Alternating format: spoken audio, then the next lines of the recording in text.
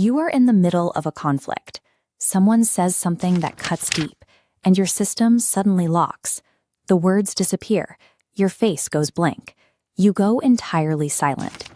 Society often labels this behavior the silent treatment. It is viewed as a calculated, manipulative weapon, a deliberate choice to punish someone else by withholding communication. This assumption overlooks the internal reality.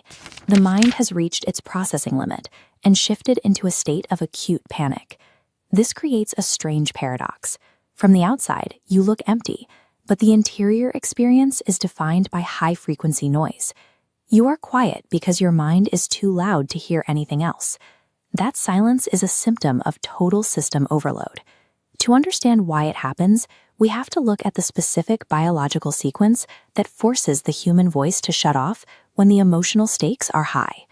For a highly aware mind, social reality functions like a complex equation running in the background.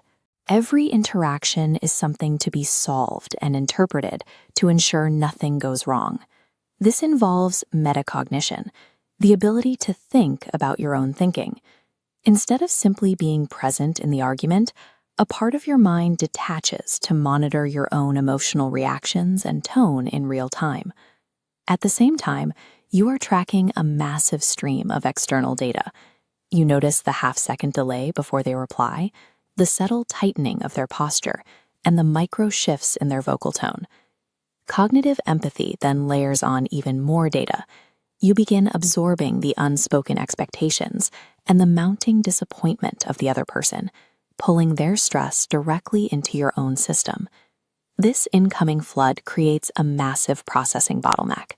With so much energy diverted toward analyzing the room and the self, the brain loses the ability to form words, leading to a temporary shutdown. This relentless analysis stems from a primal need for safety. You are searching for a way to solve the threat, but the sheer weight of the data eventually causes the machinery to stall. This sensory load happens internally too. Interoception allows you to sense your racing heart and shallow breath, adding another layer of internal alarms that the brain must interpret as information. When the brain can no longer manage both the external social data and these internal physical signals, it triggers an automatic freeze response. In this state, verbal communication is taken offline. The body redirects all available energy towards baseline survival, leaving you physically unable to speak.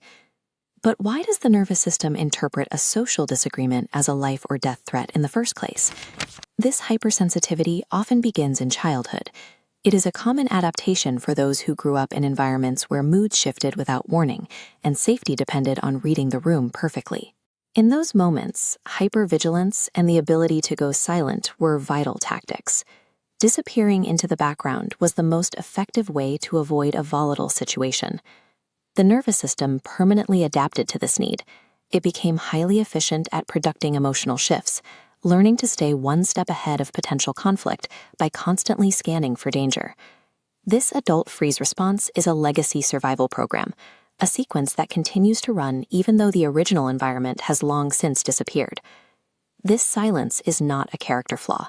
It is an adaptation forged through rapid pattern recognition, a survival strategy that required high-level cognitive processing to navigate a volatile world.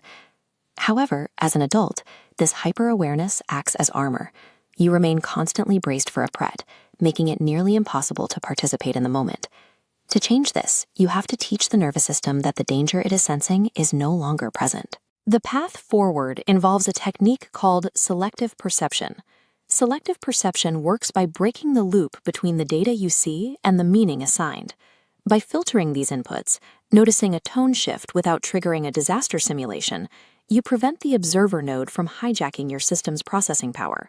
As you stop treating every micro-expression as a problem to solve, the body learns that noticing does not equal danger. This lowers the cognitive load, allowing you to remain present and verbal even when the environment feels tense.